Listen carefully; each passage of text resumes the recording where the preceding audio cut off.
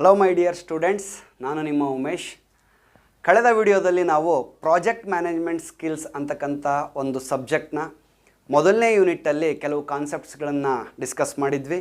ಅದೇ ರೀತಿ ಅದರಲ್ಲಿ ಕೇಳ್ಬೋದಾದಂತಹ ಕ್ವಶನ್ಸ್ಗಳು ಯಾವ ರೀತಿ ಇರ್ತವೆ ಅನ್ನೋದನ್ನು ಕೂಡ ನಾವು ಡಿಸ್ಕಸ್ ಮಾಡಿದ್ದೀವಿ.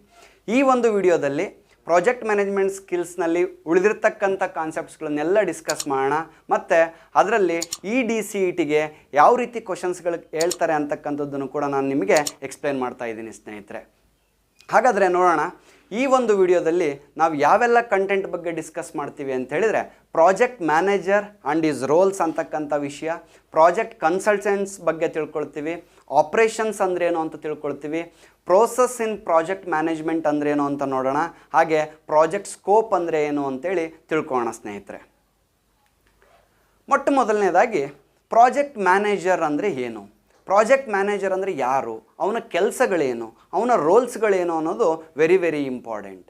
ಬಿಕಾಸ್ ನಾವು ಇಂದಿನ ವಿಡಿಯೋದಲ್ಲಿ ಪ್ರಾಜೆಕ್ಟ್ ಅಂದ್ರೇನು, ಪ್ರಾಜೆಕ್ಟ್ ಮ್ಯಾನೇಜ್ಮೆಂಟ್ ಅಂದ್ರೇನು, ಏನೆಲ್ಲ ಅಬ್ಸ್ಟಕಲ್ಸ್ ಬರ್ತವೆ, ಪ್ರಾಜೆಕ್ಟ್ ಮ್ಯಾನೇಜ್ಮೆಂಟಿಂದ ಏನೆಲ್ಲ ಬೆನಿಫಿಟ್ಸ್ ಸಿಗ್ತವೆ ಅಂತ ತಿಳ್ಕೊಂಡಿದ್ದೀವಿ. ಆದರೆ ಈಗ ನೋಡೋಣ ಪ್ರಾಜೆಕ್ಟ್ ಮ್ಯಾನೇಜರ್ನ ರೋಲು ಏನು ಅಂತೇಳಿ. ನೀವು ಯಾವುದೋ ಒಂದು ಟೀಮಲ್ಲಿ ಕೆಲಸ ಮಾಡ್ತಿದ್ದೀರಾ ಅಂತೇಳಿದರೆ ಆ ಟೀಮ್ಗೆ ಒಬ್ಬ ಹೆಡ್ ಇರ್ತಾನೆ ಅಥವಾ ಒಬ್ಬ ಕ್ಯಾಪ್ಟನ್ ಇರ್ತಾನೆ ಅಲ್ವಾ. ಸೊ ಆ ಕ್ಯಾಪ್ಟನನ್ನು ನಾವಿಲ್ಲಿ ಪ್ರಾಜೆಕ್ಟ್ ಮ್ಯಾನೇಜರ್ ಅಂತ ಒಂದು ರಿಲೇಟ್ ಮಾಡ್ಕೋಬೋದು. ಯಾವುದೇ ಒಂದು ಪ್ರಾಜೆಕ್ಟ್ ಮಾಡುವಾಗ ಆ ಪ್ರಾಜೆಕ್ಟ್ನ ಕಂಟ್ರೋಲ್ ಮಾಡಲಿಕ್ಕೆ, ಮಾನಿಟ್ರ್ ಮಾಡಲಿಕ್ಕೆ, ಆ ಪ್ರಾಜೆಕ್ಟ್ ಟೀಮನ್ನು ಹ್ಯಾಂಡ್ಲ್ ಮಾಡೋದಕ್ಕೆ, ಅಥವಾ ಆ ಪ್ರಾಜೆಕ್ಟ್ನ ಫುಲ್ ಉಸ್ತುವಾರಿಯನ್ನು ವಹಿಸಿರ್ತಕ್ಕಂಥವ್ನಿಗೆ ಏನಂತ ಕರಿತೀವಿ ಅಂದರೆ ಪ್ರಾಜೆಕ್ಟ್ ಮ್ಯಾನೇಜರ್ ಅಂತ ಕರಿತೀವಿ ಸ್ನೇಹಿತರೆ. ಇವನ್ ರೋಲ್ಸ್ ಆ್ಯಂಡ್ ರೆಸ್ಪಾನ್ಸಿಬಿಲಿಟೀಸ್ಗಳು ಪ್ರಾಜೆಕ್ಟಲ್ಲಿ ತುಂಬ ಇಂಪಾರ್ಟೆಂಟ್ ಇರ್ತವೆ. So he plays a vital role or an important role in project. So ಇವನಿಗೆ ಈ ಪ್ರಾಜೆಕ್ಟ್ ಓವರಾಲ್ ಕಂಟ್ರೋಲು ಇವನ ಕೈಲಿರುತ್ತೆ. ಇವನು ಏನೆಲ್ಲ ಕೆಲಸಗಳನ್ನು ಮಾಡ್ತಾನೆ ಅಂದರೆ ಪ್ರಾಜೆಕ್ಟ್ ಪ್ಲ್ಯಾನಿಂಗ್ ಇರ್ಬೋದು, ಆ ಪ್ರಾಜೆಕ್ಟ್ ಮಾನಿಟ್ರಿಂಗ್ ಇರ್ಬೋದು, ಅಥವಾ ಆ ಟೀಮ್ ಲೀಡ್ಸ್ಗಳಿಗೆ, ಟೀಮ್ ಮೆಂಬರ್ಸ್ಗಳಿಗೆ ಡೈರೆಕ್ಷನ್ ಕೊಡೋದಿರ್ಬೋದು. ಸೊ ಈ ಎಲ್ಲ ಥರದ ಕೆಲಸಗಳನ್ನು ಪ್ರಾಜೆಕ್ಟ್ ಮ್ಯಾನೇಜರ್ ಮಾಡ್ತಾ ಇರ್ತಾನೆ. ಆಮೇಲೆ ಪ್ರತಿದಿನ ಈ ಪ್ರಾಜೆಕ್ಟ್ ಮ್ಯಾನೇಜರು ಪ್ರಾಜೆಕ್ಟ್ನ ಡೈರಿಗಳನ್ನು ಮೇಂಟೈನ್ ಮಾಡ್ತಿರ್ತಾನೆ. ಏನೇನೆಲ್ಲ ಆ್ಯಕ್ಟಿವಿಟೀಸ್ ಮಾಡಿದ್ವಿ, ಏನೇನೆಲ್ಲ ನಡೀತಿವತ್ತು ಅಂತಕ್ಕಂಥದ್ದನ್ನು ಒಂದು ಡೈರಿ ಮಾಡ್ಕೊಳ್ತಾ ಇರ್ತಾನೆ. ಮತ್ತು ಇವನು ಆ ಟೈಮ್ನ ಮತ್ತು ರಿಸೋರ್ಸ್ಗಳನ್ನು ಸರಿಯಾಗಿ ಯುಟಿಲೈಸ್ ಮಾಡಲಿಕ್ಕೆ ಪ್ಲಾನಿಂಗ್ನ ನಡೆಸ್ತಾ ಇರ್ತಾನೆ. ಹಾಗಾಗಿ ನಮ್ಮ ಪ್ರಾಜೆಕ್ಟ್ ಸಕ್ಸಸ್ಗೆ ವೆರಿ ಇಂಪಾರ್ಟೆಂಟ್ ಯಾರು ಅಂತೇಳಿದರೆ ಪ್ರಾಜೆಕ್ಟ್ ಮ್ಯಾನೇಜರ್ ಸ್ನೇಹಿತರೆ. ಸೊ ಹಾಗಾದರೆ ಈ ಪ್ರಾಜೆಕ್ಟ್ ಮ್ಯಾನೇಜರ್ಗೆ ಇರಬೇಕಾದಂತಹ ಒಂದು ಕ್ಯಾರೆಕ್ಟರಿಸ್ಟಿಕ್ಸ್ ಏನು, ನೀವು ಪ್ರಾಜೆಕ್ಟ್ ಮ್ಯಾನೇಜರ್ ಆಗೋದಾದರೆ ಏನೆಲ್ಲ ಗುಣಗಳಿರಬೇಕು, ಯಾರನ್ನು ಮ್ಯಾನೇಜರ್ ಆಗಿ ರಿಕ್ರೂಟ್ ಮಾಡ್ತಾರೆ ಅಂತ ನೋಡೋದಾದರೆ, ನೀವೊಂದು ಅಸ್ಯೂಮ್ ಮಾಡ್ಕೊಳ್ಳಿ, ಒಬ್ಬ ಕ್ರಿಕೆಟ್ ಟೀಮ್ ಇತ್ತು ಅಂದರೆ ಅದರಲ್ಲಿ ಒಬ್ಬ ನಾಯಕ ಅಥವಾ ಕ್ಯಾಪ್ಟನನ್ನು ಚೂಸ್ ಮಾಡಬೇಕು ಅಂದರೆ ಅವನಿಗೆ ಏನೆಲ್ಲ ಗುಣಲಕ್ಷಣಗಳಿರಬೇಕು ಅಂತ ಅದನ್ನು ಅಸ್ಯೂಮ್ ಮಾಡಿಕೊಂಡ್ರೆ ಈ ಕಾನ್ಸೆಪ್ಟ್ನ ಓದೋದೇ ಬೇಡ, ನಿಮ್ಗೆ ಇದ್ರ ಮೇಲೆ ಏನೇ ಕ್ವಶನ್ಸ್ ಕೇಳಿ ನೀವು ಆನ್ಸರ್ ಮಾಡ್ತೀರ. ಸೊ ಒಬ್ಬ ಕ್ಯಾಪ್ಟನ್ಗೆ ಇರಬೇಕಾದಂಥ ಗುಣಗಳು ಏನೇನು, ಒಳ್ಳೆ ಕಮ್ಯುನಿಕೇಷನ್ ಸ್ಕಿಲ್ ಇರಬೇಕು, ಎಲ್ಲರ ಜೊತೆ ಒಂದು ಒಳ್ಳೆ ಕೋಆರ್ಡಿನೇಷನ್ ಇರಬೇಕು, he should be flexible and adaptable to the situation ಇರಬೇಕು. ಓಕೆ, ಆ್ಯಂಡ್ ಅವನಿಗೆ ನಾಯಕ ಅಂತೇಳಿದರೆ ಅವನಿಗೆ ಒಂದು ಇನಿಷಿಯೇಟಿವ್ ತಗೊಳ್ತಕ್ಕಂಥ ಒಂದು ಗುಣ ಇರಬೇಕು. ಸೊ ಎಂಥೋಸಿಯಾಸ್ಟಿಕ್ ಆಗಿರಬೇಕು. ಆಮೇಲೆ ಏನೇ ಪ್ರಾಬ್ಲಮ್ ಬಂದರೂ ಅವಕ್ಕೆ ಸೊಲ್ಯೂಷನ್ ಕೊಡೋಂಗಿರಬೇಕು. ಒಂದು ಇಂಪಾರ್ಟೆಂಟ್ ಸಿಚುವೇಶನ್ಸ್ಗಳಲ್ಲಿ ಒಂದು ಒಳ್ಳೊಳ್ಳೆ ಡಿಸಿಷನ್ಸ್ನ ತೊಗೊಳಕ್ಕೆ ಬರಬೇಕು. ಸೊ ಇವೇ ತಾನೇ ಒಬ್ಬ ಕ್ಯಾಪ್ಟನ್ಗಿರಬೇಕಾದಂಥ ಗುಣಗಳು. ಅದೇ ರೀತಿ ಒಬ್ಬ ಪ್ರಾಜೆಕ್ಟ್ ಮ್ಯಾನೇಜರ್ಗೂ ಕೂಡ ಇದೇ ರೀತಿಯಾದ ಗುಣಗಳಿರ್ತವೆ. He is flexible and adaptable to the situation. He will take the initiative and he will become a best leader. And he is always confident ಆಗಿರಬೇಕು. ಸೊ ಆಮೇಲೆ ಕಮ್ಯುನಿಕೇಷನ್ ತುಂಬ ಚೆನ್ನಾಗಿ ಬರ್ತಾ ಇರಬೇಕು. ಯಾಕಂದರೆ ತುಂಬ ಟೀಮಲ್ಲಿ ಡಿಫ್ರೆಂಟ್ ಟೈಪ್ ಆಫ್ ಪೀಪಲ್ ಇರ್ತಾರೆ, ಅವ್ರ ಜೊತೆ ಎಲ್ಲ ಮಾತಾಡಬೇಕಾಗತ್ತೆ. ಡಿಫ್ರೆಂಟ್ ಸ್ಟೇಕ್ ಹೋಲ್ಡರ್ಸ್ ಇರ್ತಾರೆ, ಅಂದರೆ ಕ್ಲೈಂಟ್ ಇರ್ಬೋದು, ಸಪ್ಲೈಯರ್ಸ್ ಇರ್ಬೋದು, ವರ್ಕರ್ಸ್ ಇರ್ಬೋದು, ಹೈಯರ್ ಮ್ಯಾನೇಜ್ಮೆಂಟ್ ಇರ್ಬೋದು. ಇವ್ರುಗಳ ಜೊತೆ ಎಲ್ಲ ಕಮ್ಯುನಿಕೇಟ್ ಮಾಡಿ ಪ್ರಾಜೆಕ್ಟ್ ಬಗ್ಗೆ ಕನ್ವೆ ಮಾಡೋದಿರುತ್ತೆ ವಿಷಯಗಳನ್ನು. ಸೊ ಹಾಗಾಗಿ he should be a good you should have some good communication skill ಅಂತ ಕರಿತೀವಿ. ಆ್ಯಂಡ್ ಡೈವರ್ಸ್ ಇಂಟ್ರೆಸ್ಟ್ ಇರಬೇಕು, ಅವನಿಗೆ ಎಲ್ಲ ಥರದ್ದು ನಾಲೆಡ್ಜ್ ಇರಬೇಕಾಗತ್ತೆ. So and then enthusiastic, you should identify the problems. ಮುಂದೆ ಏನೆಲ್ಲ ಪ್ರಾಬ್ಲಮ್ಸ್ಗಳು ಬರ್ಬೋದು, ಆ ಪ್ರಾಬ್ಲಮ್ಸ್ಗಳಿಗೆ ನಾನು ಇವತ್ತೇ ಹೆಂಗೆ ಸೊಲ್ಯೂಷನ್ ಕಂಡುಹಿಡಿಯಬೇಕು, ಇದನ್ನೆಲ್ಲ ಯೋಚನೆ ಮಾಡ್ತಾ ಇರಬೇಕಾಗತ್ತೆ. ಆ್ಯಂಡ್ ಡಿಫ್ರೆಂಟ್ ಟೈಮಲ್ಲಿ ಒಂದು ಕೆಲವು ಸಿಚುವೇಶನ್ಸ್ಗಳು ಬರ್ತವೆ, ಡಿಸಿಷನ್ ತೊಗೊಳೋದು ತುಂಬ ಇಂಪಾರ್ಟೆಂಟ್ ಇರುತ್ತೆ. ಆ ಟೈಮಲ್ಲಿ ಗುಡ್ ಡಿಸಿಷನ್ ಮೇಕಿಂಗ್ ಕೆಪಾಬಿಲಿಟಿ ಆ ಪ್ರಾಜೆಕ್ಟ್ ಮ್ಯಾನೇಜರ್ಗೆ ಇರಬೇಕಾಗತ್ತೆ ಸ್ನೇಹಿತರೆ. ಇವೆಲ್ಲವೂ ಕೂಡ ಪ್ರಾಜೆಕ್ಟ್ ಮ್ಯಾನೇಜರ್ನ ಕೇಪಬಿಲಿಟೀಸ್ ಅಥವಾ ಕ್ಯಾರೆಕ್ಟರಿಸ್ಟಿಕ್ಸ್ ಅಂತ ನಾವು ಕರಿಬೋದು. ಹಾಗಾದರೆ ಇವನು ಪ್ರಾಜೆಕ್ಟಲ್ಲಿ ಏನೆಲ್ಲ ರೋಲ್ನ ಪ್ಲೇ ಮಾಡ್ತಾನೆ, ಇವನ ಆ್ಯಕ್ಚುಯಲ್ ಕೆಲಸಗಳು ಏನೇನಿರ್ತವೆ ಒಂದು ಪ್ರಾಜೆಕ್ಟಲ್ಲಿ. ಅಸ್ಯೂಮ್ ದಟ್ ನೀವು ಯಾವುದೇ ರೀತಿಯಾದ ಒಂದು ಪ್ರಾಜೆಕ್ಟ್ನ ಅಸ್ಯೂಮ್ ಮಾಡ್ಕೊಳ್ಳಿ.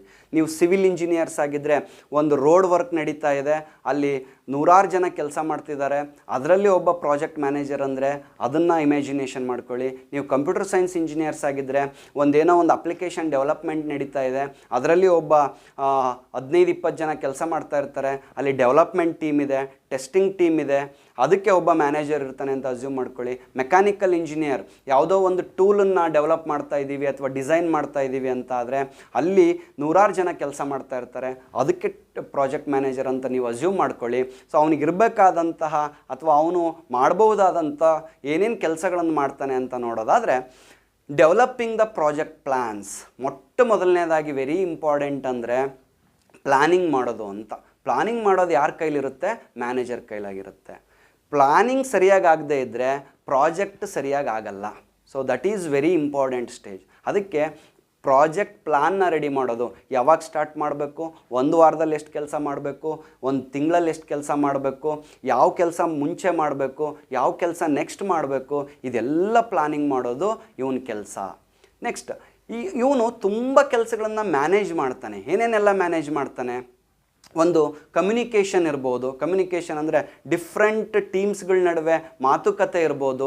ಇವ್ರು ಮಾಡಿರೋ ಕೆಲಸನ ಅವ್ರಿಗೆ ಕನ್ವೆ ಮಾಡೋದಿರ್ಬೋದು, ಅವ್ರು ಮಾಡಿರೋ ಅಂಥ ಕೆಲಸನ ಬೇರೆಯವ್ರಿಗೆ ಕನ್ವೆ ಮಾಡೋದಿರ್ಬೋದು. ಕಮ್ಯುನಿಕೇಷನ್ ಅನ್ನೋದು ವೆರಿ ಇಂಪಾರ್ಟೆಂಟು. ಆಮೇಲೆ ಪ್ರಾಜೆಕ್ಟ್ ಟೀಮ್ನ ಮತ್ತು ಸ್ಟೇಕ್ ಹೋಲ್ಡರ್ಸ್ನ ಮ್ಯಾನೇಜ್ ಮಾಡ್ತಾ ಇರ್ತಾನೆ. ಪ್ರಾಜೆಕ್ಟ್ ಟೀಮಲ್ಲಿ 4-6 ಜನ ಕೆಲಸ ಮಾಡ್ತಿರ್ತಾರೆ, ಅವ್ರದ್ದು ಡಿಫ್ರೆಂಟ್ ಕ್ಯಾರೆಕ್ಟರಿಸ್ಟಿಕ್ಸ್ ಇರ್ತವೆ. ಅವ್ರಿಗೆ ಏನಾದರೂ ಕೆಲಸ ಅಸೈನ್ ಮಾಡೋದಿರ್ಬೋದು, ಅವರಿಂದ ಕೆಲಸ ತೊಗೊಳೋದಿರ್ಬೋದು, ಅದನ್ನು ಮ್ಯಾನೇಜ್ಮೆಂಟ್ ಮಾಡ್ತಾನೆ. ಸ್ಟೇಕ್ ಹೋಲ್ಡರ್ಸ್ ಅಂದರೆ ಯಾರು? ಪ್ರಾಜೆಕ್ಟಲ್ಲಿ ಇನ್ವಾಲ್ವ್ ಆಗಿರ್ತಕ್ಕಂಥ ಡಿಫ್ರೆಂಟ್ ಗ್ರೂಪ್ಸ್ ಆಫ್ ಪೀಪಲ್. ನಮ್ಮ ಪ್ರಾಜೆಕ್ಟಿಗೆ ಸಪ್ಲೈ ಮಾಡ್ತಿರ್ತಕ್ಕಂಥ ಮಟೀರಿಯಲ್ಸ್ನ ಸಪ್ಲೈ ಮಾಡುವಂಥ ಸಪ್ಲೈಯರ್ಸ್ ಇರ್ಬೋದು, ನಮ್ಮ ಪ್ರಾಜೆಕ್ಟ್ನ ತೊಗೊಂಡೋಗ್ತಕ್ಕಂಥ ಕ್ಲೈಂಟ್ಸ್ ಇರ್ಬೋದು, ನಮ್ಮ ಹೈಯರ್ ಮ್ಯಾನೇಜ್ಮೆಂಟ್ ಇರ್ಬೋದು, ವರ್ಕರ್ಸ್ ಇರ್ಬೋದು. ಇವ್ರನ್ನೆಲ್ಲರನ್ನೂ ಸ್ಟೇಕ್ ಹೋಲ್ಡರ್ಸ್ ಅಂತ ಕರಿತೀವಿ. ಇವ್ರನ್ನೂ ಕೂಡ ಪ್ರಾಜೆಕ್ಟ್ ಮ್ಯಾನೇಜರ್ ಮ್ಯಾನೇಜ್ ಮಾಡ್ತಾನೆ. ಆ್ಯಂಡ್ ವೆರಿ ಇಂಪಾರ್ಟೆಂಟ್ ಥಿಂಗ್ ಅಂತೇಳಿದರೆ, ಪ್ರಾಜೆಕ್ಟ್ ಅಂದರೆ ರಿಸ್ಕ್ ಅಂತ ಹೇಳಿದ್ವಿ. ರಿಸ್ಕ್ಗಳು ಬರ್ತವೆ, ಕೆಲವೊಂದು ಸಡನ್ನಾಗಿ ಅನ್ವಾಂಟೆಡ್ ಥಿಂಗ್ಸ್ಗಳು ಏನಾದರೂ ನಡೀತಾ ಇರ್ತವೆ, ಅದನ್ನು ಹ್ಯಾಂಡ್ಲ್ ಮಾಡೋದಿರ್ಬೋದು. ಇದನ್ನು ಪ್ರಾಜೆಕ್ಟ್ ಮ್ಯಾನೇಜರ್ ಮಾಡ್ತಾನೆ. ಸೊ ನೆಕ್ಸ್ಟ್ ವೀಕಲ್ಲಿ ಯಾರೋ ಇಬ್ಬರು ರಜೆ ಹೋಗೋರಿದ್ದಾರೆ. ಸೊ ಏನು ಮಾಡಬೇಕು? That is a risk. ಅಂಥ ಟೈಮಲ್ಲಿ ನಾನು ಬೇರೆ ಯಾರನ್ನಾದರೂ ಈ ಪ್ರಾಜೆಕ್ಟ್ಗೆ ಇನ್ವಾಲ್ವ್ ಮಾಡ್ಕೋಬೋದಾ, ಅಥವಾ ರಜೆ ಹೋಗೋದಕ್ಕಿಂತ ಮುಂಚೆನೇ ಆ ಕೆಲಸನ ಏನಾದರೂ ಮಾಡಿಸ್ಕೋಬೋದಾ? ಈ ರೀತಿಯಾದಂಥ ಪ್ಲಾನಿಂಗ್ಗಳನ್ನು ಮುಂಚೆನೇ ಮಾಡ್ತಾನೆ. ಪ್ರಾಜೆಕ್ಟ್ ಶೆಡ್ಯೂಲ್ ಆ್ಯಂಡ್ ಬಡ್ಜೆಟಿಂಗ್ ಅಂತ ಕರಿತೀವಿ. ಯಾವ್ಯಾವ ಕೆಲಸಕ್ಕೆ ಎಷ್ಟೆಷ್ಟು ದುಡ್ಡನ್ನು ಅಲೋಕೇಟ್ ಮಾಡಬೇಕು, ಎಷ್ಟೆಷ್ಟು ಟೈಮ್ನ ಅಲೋಕೇಟ್ ಮಾಡಬೇಕು ಅನ್ನೋದು ಇವನ ಕೆಲಸ. That is called as scheduling and budgeting ಅಂತ ಕರಿತೀವಿ. ಪ್ರಾಜೆಕ್ಟ್ಸ್ ಅಂದಮೇಲೆ ನೂರಾರು ಜನ ಕೆಲಸ ಮಾಡ್ತಿದ್ದಾರೆ ಅಂದಮೇಲೆ ಕನ್ಫ್ಲಿಕ್ಟ್ಸ್ಗಳು ಸಾಮಾನ್ಯ. ಕನ್ಫ್ಲಿಕ್ಟ್ಸ್ಗಳು ಅಂದರೆ ಮೇ ಬಿ ಜಗಳ ಆಡ್ಬೋದು, ಒಬ್ರನ್ನ ಕಂಡ್ರೆ ಒಬ್ರಿಗೆ ಆಗದೇ ಇರ್ಬೋದು, ಒಬ್ಬರು ಇನ್ನೊಬ್ಬರ ಮೇಲೆ ಚಾಡಿ ಹೇಳೋದಿರ್ಬೋದು. ಈ ರೀತಿಯಾದಂಥ ಅನೇಕ ಕನ್ಫ್ಲಿಕ್ಟ್ಸ್ಗಳು ಬರ್ತವೆ. ಇದನ್ನೆಲ್ಲದನ್ನು ಮ್ಯಾನೇಜ್ ಮಾಡ್ತಕ್ಕಂಥ ಕೆಪಾಸಿಟಿ ಒಬ್ಬ ಮ್ಯಾನೇಜರ್ದಾಗಿರುತ್ತದೆ. ಸೊ ಅದಲ್ಲದೆ ಪ್ರಾಜೆಕ್ಟ್ ಡಿಲಿವರೀಸ್ ಅಂತ ಕರಿತೀವಿ. ನಾವು ಏನು ಮಾಡ್ತೀವಿ ಅಂದರೆ, ಪ್ರಾಜೆಕ್ಟ್ ಅಂದರೆ 3 ತಿಂಗಳಿಗೇ ಏನಾದರೂ ಒಂದು ಸಣ್ಣ ಪ್ರಾಡಕ್ಟ್ನ ಡಿಲಿವರಿ ಮಾಡೋದಿರುತ್ತೆ, 6 ತಿಂಗಳಿಗೆ ಒಂದು ಪ್ರಾಡಕ್ಟ್ನ ಡಿಲಿವರಿ ಮಾಡೋದಿರುತ್ತೆ. ಈ ರೀತಿಯಾದಂಥ ಡಿಲಿವರಿಯನ್ನು ನೋಡ್ಕೊಳ್ಳೋದು, ಪ್ರಾಜೆಕ್ಟ್ ಕಂಪ್ಲೀಟ್ ಆದಮೇಲೂ ಕೂಡ ಆ ಕ್ಲೈಂಟಿಗೆ ಅದನ್ನು ಒಪ್ಸೋದಿರ್ಬೋದು. ಈ ಎಲ್ಲ ಕೆಲಸಗಳನ್ನು ಮ್ಯಾನೇಜ್ ಮಾಡೋದು ಯಾರು? Project manager. ಸೊ ಇವನ ಒಂದು ರೋಲ್ಸ್ಗಳ ಮೇಲೆ ನಿಮಗೆ ಕ್ವಶನ್ಸ್ಗಳನ್ನು ಕೇಳ್ಬೋದು. ಸೊ ಇವುಗಳನ್ನು ನೀಟಾಗಿ ನೆನ್ಪಿಡ್ಕೊಳ್ಳಿ. ಇವಿಷ್ಟೇ ಅಲ್ಲ, ಇನ್ನೂ ಅನೇಕವಾದಂಥ ಕೆಲಸಗಳನ್ನು ಮಾಡ್ತಾನೆ. ನಿಮಗೆ ಒಬ್ಬ ಕ್ಯಾಪ್ಟನ್ ಅಂದರೆ ಏನು ಅಂತ ಗೊತ್ತಿದ್ದರೆ, ಒಂದು ಪ್ರಾಜೆಕ್ಟ್ ಬಗ್ಗೆ ಒಂದು ಇಮ್ಯಾಜಿನೇಷನ್ ಇದ್ದರೆ, ಅದೇನೇ ಕ್ವಶನ್ಸ್ ಕೊಟ್ಟರು ಕೂಡ ನೀವು ಐಡೆಂಟಿಫೈ ಮಾಡ್ತೀರಾ. ಸೊ ನೆಕ್ಸ್ಟ್ ನೋಡೋದಾದರೆ, ಪ್ರಾಜೆಕ್ಟ್ ಕನ್ಸಲ್ಟೆಂಟ್ಸ್ ಅಂತ ಬರ್ತಾರೆ.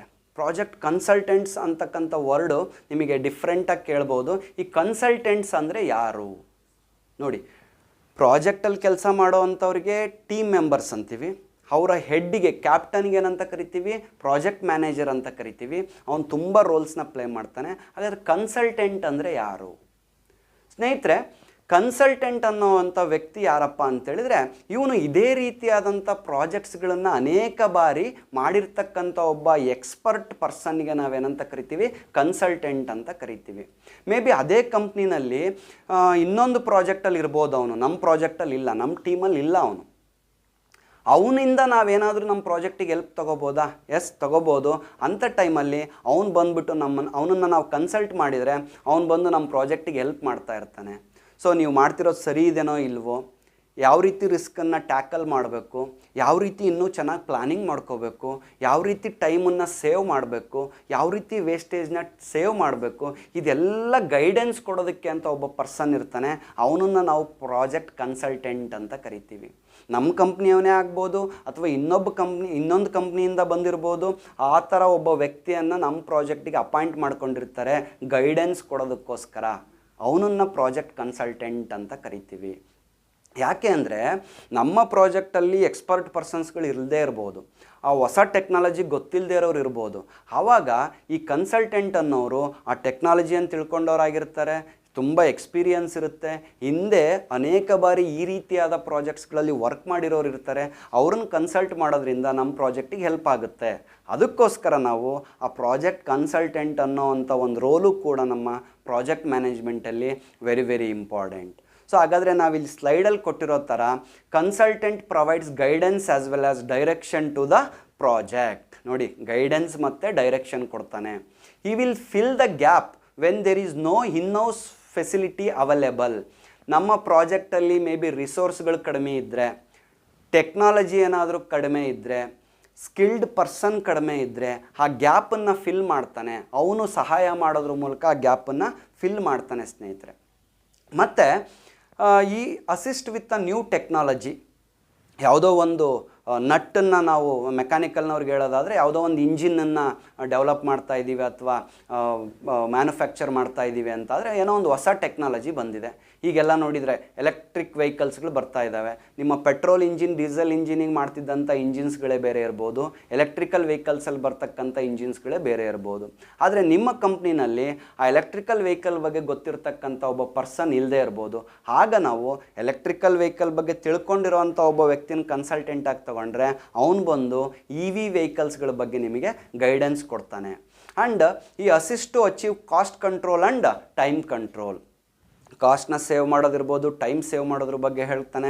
ಆ್ಯಂಡ್ ಆಲ್ಸೋ ಯಾವ ರೀತಿ ನಾವು ಪ್ಲ್ಯಾನಿಂಗ್ ಮಾಡ್ಕೋಬೇಕು, ಎಸ್ಟಿಮೇಷನ್ ಹೆಂಗೆ ಮಾಡಬೇಕು, ಮ್ಯಾನೇಜ್ಮೆಂಟ್ ಹೆಂಗೆ ಮಾಡಬೇಕು ಅನ್ನೋದ್ರ ಬಗ್ಗೆ ಸಂಪೂರ್ಣವಾದಂಥ ಒಂದು ಮಾಹಿತಿಯನ್ನು ಕೊಡ್ತಾ ನಮ್ಮ ಪ್ರಾಜೆಕ್ಟ್ ಸಕ್ಸಸ್ಫುಲ್ಲಾಗಿ ಕಂಪ್ಲೀಟ್ ಆಗಲಿಕ್ಕೆ ಈ ಪ್ರಾಜೆಕ್ಟ್ ಕನ್ಸಲ್ಟೆಂಟ್ ಅಂತಕ್ಕಂಥವನು ಹೆಲ್ಪ್ ಮಾಡ್ತಾನೆ ಸ್ನೇಹಿತರೆ. ಹಾಗಾಗಿ ಪ್ರಾಜೆಕ್ಟ್ ಮ್ಯಾನೇಜರ್ ರೋಲು ಅನ್ನೋದು ತುಂಬ ಇಂಪಾರ್ಟೆಂಟು. ಈ ಕನ್ಸಲ್ಟೆಂಟ್ ರೋಲು ಅನ್ನೋದು ಕೂಡ ತುಂಬ ಇಂಪಾರ್ಟೆಂಟು.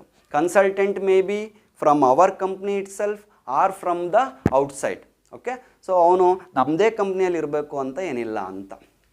ನೆಕ್ಸ್ಟ್ ಇನ್ನೊಂದು ಟರ್ಮ್ನ ನಾವು ಇಲ್ಲಿ ಕಲಿಬೇಕಾಗುತ್ತೆ ಪ್ರಾಜೆಕ್ಟ್ ಮ್ಯಾನೇಜ್ಮೆಂಟ್ನ ನೋಡುವಾಗ. That is called as operation ಅನ್ನೋ ಒಂದು ವರ್ಡ್ ಬರುತ್ತೆ. ನಮ್ಮ ಕಂಪ್ನಿನಲ್ಲಿ ಆಪ್ರೇಷನ್ಸ್ ನಡೀತಿದ್ದಾವೆ ಅಂತ ಹೇಳಿದರೆ ಡಾಕ್ಟ್ರು ಅಥವಾ ಹಾಸ್ಪಿಟ್ಲಲ್ಲಿ ನಡೆಯುವಂಥ ಆಪ್ರೇಷನ್ ಅಲ್ಲ ಇದು. ನಮ್ಮ ಮ್ಯಾನುಫ್ಯಾಕ್ಚರಿಂಗ್ ಕಂಪ್ನಿ ಅಥವಾ ಸಾಫ್ಟ್ವೇರ್ ಕಂಪ್ನಿ ಅಥವಾ ಇನ್ಯಾವುದೋ ಒಂದು ಪ್ರಾಜೆಕ್ಟಲ್ಲಿ ಆಪ್ರೇಷನ್ ಅನ್ನೋ ವರ್ಡನ್ನು ಯೂಸ್ ಮಾಡ್ತೀವಿ ಅಥವಾ ಆಪ್ರೇಷನ್ಸ್ ಅನ್ನೋ ವರ್ಡನ್ನು ಯೂಸ್ ಮಾಡ್ತೀವಿ. ಹಿಂಗಂದರೆ ಏನು?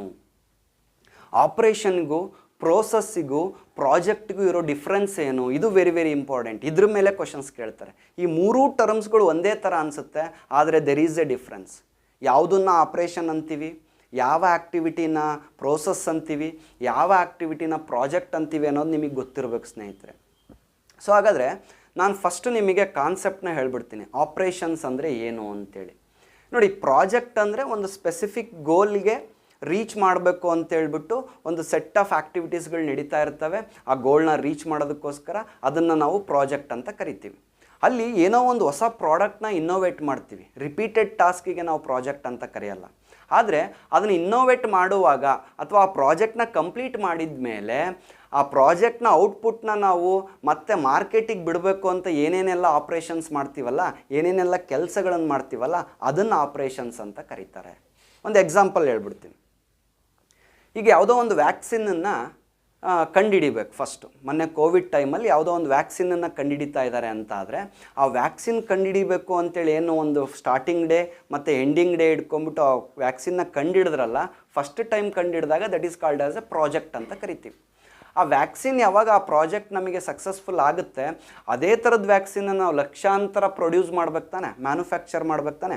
ಆ ಮ್ಯಾನುಫ್ಯಾಕ್ಚರ್ ಮಾಡೋದಕ್ಕೆ ಏನಂತ ಕರಿತೀವಿ ಅಂತೇಳಿದರೆ ಆಪ್ರೇಷನ್ಸ್ ಅಂತ ಕರಿತೀವಿ. ಮೇ ಬಿ ಅಲ್ಲಿ ಏನೇನು ಟಾಸ್ಕ್ ಇರ್ತವೆ, ಮ್ಯಾನುಫ್ಯಾಕ್ಚರಿಂಗ್ ಮಾಡೋದಿರ್ಬೋದು, ಪ್ರೊಡಕ್ಷನ್ ಮಾಡೋದಿರ್ಬೋದು, ಮತ್ತು ಮಾರ್ಕೆಟಿಂಗ್ ಮಾಡೋದಿರ್ಬೋದು. ಸೊ ಇವೆಲ್ಲವೂ ಏನಂತ ಕರೀತಾರೆ, ಆಪ್ರೇಷನ್ಸ್ ಅಂತ ಕರೀತಾರೆ. ಅದಕ್ಕೆ ಸಪೋರ್ಟಿಂಗ್ ಸ್ಟಾಫ್ ಇರ್ಬೋದು, ಸಪೋರ್ಟಿಂಗ್ ಆ್ಯಕ್ಟಿವಿಟೀಸ್ ಇರ್ಬೋದು, ಇವೆಲ್ಲವೂ ಕೂಡ ಆಪ್ರೇಷನ್ಸ್. ಹಾಗಾದರೆ ನಿಮಗೆ ಡಿಫ್ರೆನ್ಸ್ ಗೊತ್ತಾಗಬೇಕೀಗ ಪ್ರಾಜೆಕ್ಟ್ಗೂ ಮತ್ತು ಆಪ್ರೇಷನ್ಸ್ಗೂ ಏನು ಅಂತ.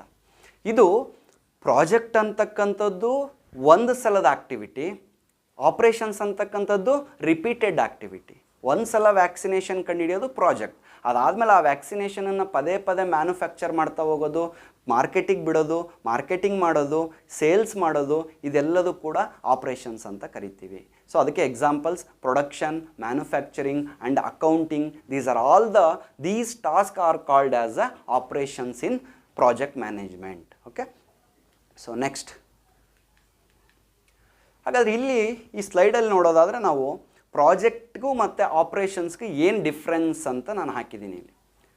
So project is temporary. ನಾನು ಆಗಲೇ ಹೇಳಿದೆ, ಒಂದು ಸಲ ಮಾಡ್ತೀವಿ ಪ್ರಾಜೆಕ್ಟ್ನ, ಒಂದು ಪ್ರಾಡಕ್ಟ್ ಹೊರಗೆ ಬರುತ್ತೆ, ಆಮೇಲೆ ಅದನ್ನು ಮ್ಯಾನುಫ್ಯಾಕ್ಚರ್ ಮಾಡೋದನ್ನ ಏನಂತ ಕರಿತೀವಿ, ಆಪ್ರೇಷನ್ಸ್ ಅಂತ ಕರಿತೀವಿ.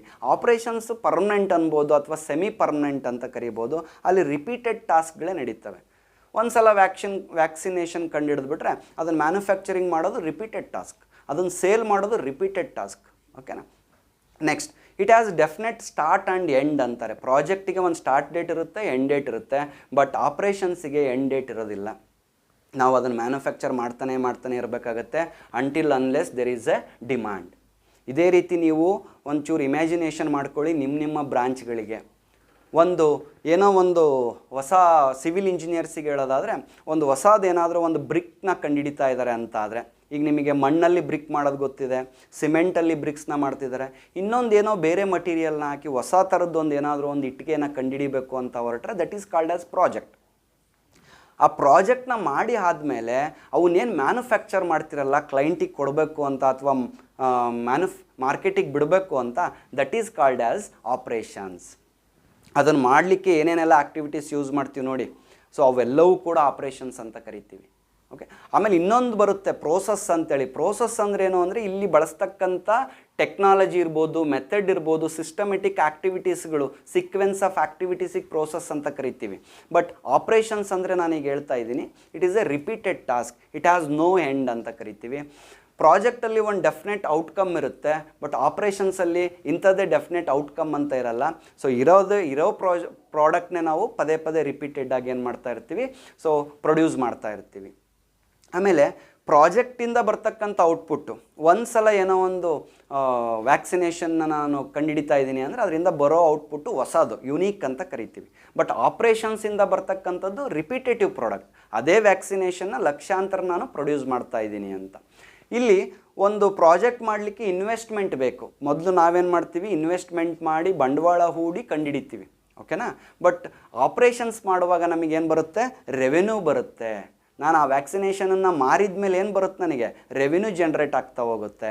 ಸೊ ಆ್ಯಂಡ್ ಪ್ರಾಜೆಕ್ಟ್ಸಲ್ಲಿ ಚೇಂಜಸ್ಗಳಿರ್ತವೆ, ಪದೇ ಪದೇ ಆ ಪ್ರಾಜೆಕ್ಟ್ ರಿಸ್ಕ್ ಇರುತ್ತೆ, ಚೇಂಜ್ ಆಗ್ತಾ ಹೋಗ್ಬೋದು. ಬಟ್ ಆಪ್ರೇಷನ್ಸ್ ಚೇಂಜ್ ಆಗಲ್ಲ, ಯಾವಾಗಲೂ ಆ ಕಂಪ್ನಿ ಅದನ್ನೇ ಫಾಲೋ ಮಾಡ್ಕೊಳ್ತಾ ಹೋಗುತ್ತೆ.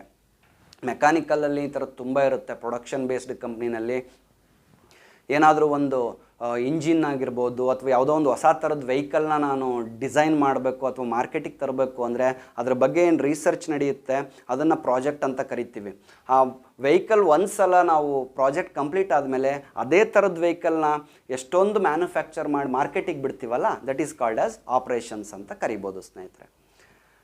ಇಷ್ಟು ಗೊತ್ತಾದಮೇಲೆ ಪ್ರೋಸೆಸ್ ಅಂತ ಒಂದು ವರ್ಡ್ ಬರುತ್ತೆ. ಪ್ರೋಸೆಸ್ ಇನ್ ಪ್ರಾಜೆಕ್ಟ್ ಮ್ಯಾನೇಜ್ಮೆಂಟ್ ಅಂತ ಕರಿತೀವಿ. ಪ್ರೋಸೆಸ್ ಅಂದರೆ ಏನು?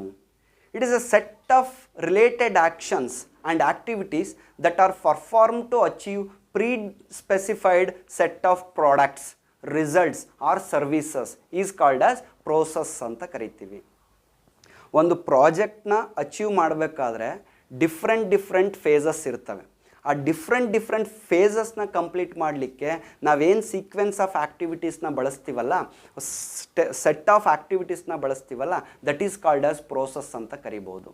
ಈಗ ಎಕ್ಸಾಂಪಲ್, ಸಾಫ್ಟ್ವೇರ್ ಡೆವಲಪ್ಮೆಂಟಲ್ಲಿ ಅಥವಾ ಒಂದು ಸಾಫ್ಟ್ವೇರ್ನ ಡೆವಲಪ್ ಮಾಡುವಾಗ ಡಿಫ್ರೆಂಟ್ ಫೇಸಸ್ಗಳಿದ್ದಾವೆ.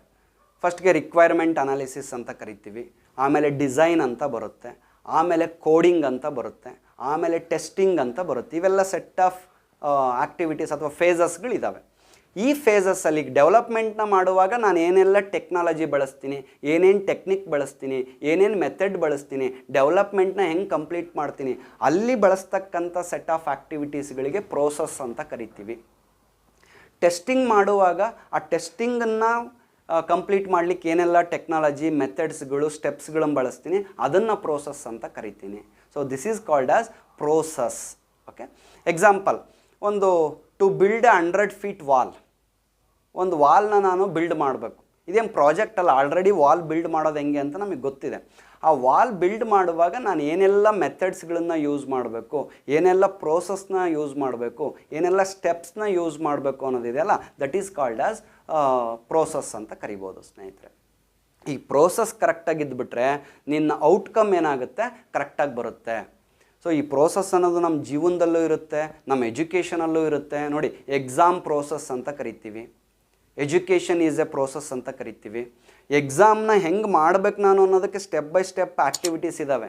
ಕ್ವಶನ್ ಪೇಪರ್ ತರೋದಿರ್ಬೋದು, ಆ ಕ್ವಶನ್ ಪೇಪರ್ನ ಡಿಸ್ಟ್ರಿಬ್ಯೂಟ್ ಮಾಡೋದಿರ್ಬೋದು, ರೂಮ್ ಯಾರು ಅಂತೇಳಿದರೆ ಎಕ್ಸಾಮಿನೇಷನ್ ಹಾಲ್ಸ್ಗಳನ್ನೆಲ್ಲ ರೆಡಿ ಮಾಡೋದಿರ್ಬೋದು, ಅಲ್ಲಿಗೆ ಇನ್ವಿಜಿಲೇಟರ್ಸ್ನ ಅಲೋಕೇಟ್ ಮಾಡೋದಿರ್ಬೋದು, ಆಮೇಲೆ ಸ್ಟೂಡೆಂಟ್ಸ್ಗಳಿಗೆ ಎಕ್ಸಾಮ್ನ ಕೊಡೋದಿರ್ಬೋದು, ಅವ್ರ ಎಕ್ಸಾಮ್ ಎಲ್ಲ ಬರೆದ್ಮೇಲೆ ಆ ಪೇಪರ್ಸ್ಗಳನ್ನೆಲ್ಲ ನಾವು ಡೆಲಿವರಿ ಮಾಡೋದಿರ್ಬೋದು. ಇವೆಲ್ಲ ಒಂದು ಸ್ಟೆಪ್ ಬೈ ಸ್ಟೆಪ್ ಆ್ಯಕ್ಟಿವಿಟೀಸ್ ತಾನೆ. This is called as process. ಇಲ್ಲೇನು ನಾವು ಹೊಸದು ಕಂಡುಹಿಡಿತಾ ಇಲ್ಲ, ಬಟ್ ಇರೋ ಅಂಥ ಕೆಲಸ ಮಾಡಲಿಕ್ಕೆ ಏನೆಲ್ಲ ಸ್ಟೆಪ್ಸ್ ಬಳಸ್ತೀವಿ, that is called as process ಅಂತ ಕರಿತೀವಿ. ಓಕೆ, ಸೊ ಈ ಡಿಫ್ರೆನ್ಸ್ ಗೊತ್ತಿರಲಿ. ಪ್ರಾಜೆಕ್ಟ್ ಅಂದ್ರೇನು, ಆಪ್ರೇಷನ್ಸ್ ಅಂದ್ರೇನು, ಮತ್ತು ಪ್ರೋಸೆಸ್ ಅಂದ್ರೇನು, ಇದ್ರ ಮೇಲೆ ನಿಮಗೆ ಕ್ವಶನ್ಸ್ಗಳನ್ನ ಕೇಳಿಬಿಡ್ತಾನೆ, ಇಲ್ಲೇ ಟ್ವಿಸ್ಟ್ ಮಾಡೋವಂಥ ಚಾನ್ಸಸ್ ಇರುತ್ತೆ. ನಾನು ಆಗಲೇ ಹೇಳ್ದಂಗೆ ಪ್ರೋಸೆಸ್ ಇನ್ ಪ್ರಾಜೆಕ್ಟ್ ಮ್ಯಾನೇಜ್ಮೆಂಟ್ ಅಂದರೆ ಮೇ ಬಿ ಇನಿಷಿಯೇಷನ್, ಫಸ್ಟ್ ಸ್ಟೇಜಲ್ಲಿ ನಾವೇನೋ ಇನಿಷಿಯೇಷನ್ ಮಾಡ್ತೀವಿ, ಆಮೇಲೆ ಪ್ಲ್ಯಾನಿಂಗ್ ಮಾಡೋದಿರುತ್ತೆ, ಆಮೇಲೆ ಆ ಪ್ಲ್ಯಾನಿಂಗ್ನ ಎಕ್ಸಿಕ್ಯೂಟ್ ಮಾಡೋದಿರುತ್ತೆ, ಆಮೇಲೆ ಎಕ್ಸಿಕ್ಯೂಟ್ ಆದಮೇಲೆ ಮಾನಿಟ್ರಿಂಗು ಮತ್ತು ಕಂಟ್ರೋಲಿಂಗ್ ಅಂತ ಇರುತ್ತೆ, ಆಮೇಲೆ ಕ್ಲೋಸಿಂಗ್ ಅಂತ ಇರುತ್ತೆ. ನೋಡಿ, ಇದನ್ನು ಸ್ಟೆಪ್ ಆಫ್ ಸೀಕ್ವೆನ್ಸ್ ಆಫ್ ಆ್ಯಕ್ಟಿವಿಟೀಸ್ನ ಫಾಲೋ ಮಾಡೋದೇ ಪ್ರೋಸೆಸ್ ಅಂತ ಅರ್ಥ. ಓಕೆ, ನೆಕ್ಸ್ಟ್ ಇನ್ನೊಂದು ಟರ್ಮು ನಾವು ಪ್ರಾಜೆಕ್ಟ್ ಮ್ಯಾನೇಜ್ಮೆಂಟಲ್ಲಿ ತಿಳ್ಕೊಬೇಕಾಗಿರೋದು ಪ್ರಾಜೆಕ್ಟ್ ಸ್ಕೋಪ್ ಅಂತ ಕರೀತಾರೆ. What is this project scope? ಈ ಪ್ರಾಜೆಕ್ಟ್ ಸ್ಕೋಪಿಗೂ ಮತ್ತು ಆಬ್ಜೆಕ್ಟಿವ್ ಆಫ್ ದ ಪ್ರಾಜೆಕ್ಟ್ಗೂ ತುಂಬ ಡಿಫ್ರೆನ್ಸ್. ಆದರೆ ಅವೆರಡು ಒಂದೇ ಅಂತ ತುಂಬ ಜನ ತಿಳ್ಕೊಂಬಿಟ್ಟಿರ್ತಾರೆ. ನೋಡಿ, ನೀವು ಪ್ರಾಜೆಕ್ಟ್ ಆಬ್ಜೆಕ್ಟಿವ್ ಅಂದರೆ ಏನು ಹೇಳಿ ನೋಡೋಣ. ಪ್ರಾಜೆಕ್ಟ್ ಆಬ್ಜೆಕ್ಟಿವ್ನ ಆಲ್ರೆಡಿ ಡಿಸ್ಕಸ್ ಮಾಡಿದ್ದೀವಿ. ಆಬ್ಜೆಕ್ಟಿವ್ ಅಂದರೆ ಏನೋ ಒಂದು ಗುರಿ ಅಂತ ಹೇಳ್ಬೋದು, ಅಥವಾ ಉದ್ದೇಶ ಅಂತ ಹೇಳ್ಬೋದು. ನಾವು ಪ್ರಾಜೆಕ್ಟ್ನ ಮಾಡ್ತಿರೋಂಥ ಉದ್ದೇಶಕ್ಕೆ ಆಬ್ಜೆಕ್ಟಿವ್ ಅಂತೀವಿ. ಏನು, ನನಗೆ ಈ ಪ್ರಾಜೆಕ್ಟ್ ಮುಗಿದ ಮೇಲೆ ಒಂದು ಆ್ಯಪ್ ಡೆವಲಪ್ ಆಗಬೇಕು, ಒಂದು ನನ್ನ ಮೊಬೈಲಲ್ಲಿ ಒಂದು ಆ್ಯಪ್ ಮಾಡಬೇಕು ಅಂತ ಪ್ರಾಜೆಕ್ಟ್ ಮಾಡ್ತೀನಿ, that is my objective. Okay, ಆದರೆ ಸ್ಕೋಪ್ ಅಂದರೆ ಏನಪ್ಪ ಅಂತೇಳಿದರೆ ಈ ಪ್ರಾಜೆಕ್ಟಲ್ಲಿ ಬರ್ತಕ್ಕಂಥ ಲಿಮಿಟೇಷನ್ಸ್ ಇರ್ಬೋದು, ಬೌಂಡ್ರೀಸ್ಗಳಿರ್ಬೋದು, ಕನ್ಸ್ಟ್ರೆಂಟ್ಸ್ಗಳಿರ್ಬೋದು, ಇದನ್ನು ಹೇಳೋದಕ್ಕೆ ಪ್ರಾಜೆಕ್ಟ್ ಸ್ಕೋಪ್ ಅಂತ ಕರೀತಾರೆ. ಎಕ್ಸಾಂಪಲ್, ಈ ಮೊಬೈಲ್ ಅಪ್ಲಿಕೇಶನ್ನು ಯಾವೆಲ್ಲ ಸಿಸ್ಟಮಲ್ಲಿ ಮಾತ್ರ ರನ್ ಆಗುತ್ತೆ, ದಿಸ್ ಈಸ್ ಅ ಲಿಮಿಟೇಷನ್. ಇದೇನು ಬರೀ ವಿಂಡೋಸ್ ಆಪ್ರೇಟಿಂಗ್ ಸಿಸ್ಟಮಲ್ಲಿ ರನ್ ಆಗುತ್ತೋ ಅಥವಾ ಆಂಡ್ರಾಯ್ಡ್ ಆಪ್ರೇಟಿಂಗ್ ಸಿಸ್ಟಮಲ್ಲಿ ರನ್ ಆಗುತ್ತೋ ಅಂತ ನಾನು ಇದ್ರ ಸ್ಕೋಪ್ನ ಡಿಫೈನ್ ಮಾಡ್ತೀನಿ. ಸೊ ನಾನು ಮಾಡ್ತಿರೋದು ಓನ್ಲಿ ಫಾರ್ ಆಂಡ್ರಾಯ್ಡ್ ಅಪ್ಲಿಕೇಶನ್, ಮೊಬೈಲಲ್ಲಿ ಮಾತ್ರ ರನ್ ಆಗುತ್ತೆ, that is the scope. And ಯಾರೆಲ್ಲ ಇದನ್ನು ಯೂಸ್ ಮಾಡ್ಬೋದು, ಯಾವ ಯೂಸರಿಗೋಸ್ಕರ ಮಾಡ್ತಾ ಇದ್ದೀನಿ ನಾನು, ದಟ್ ಈಸ್ ದ ಸ್ಕೋಪ್. ಅದನ್ನು ಹೇಳೋದಕ್ಕೆ ಸ್ಕೋಪ್ ಅಂತ ಕರಿತೀನಿ.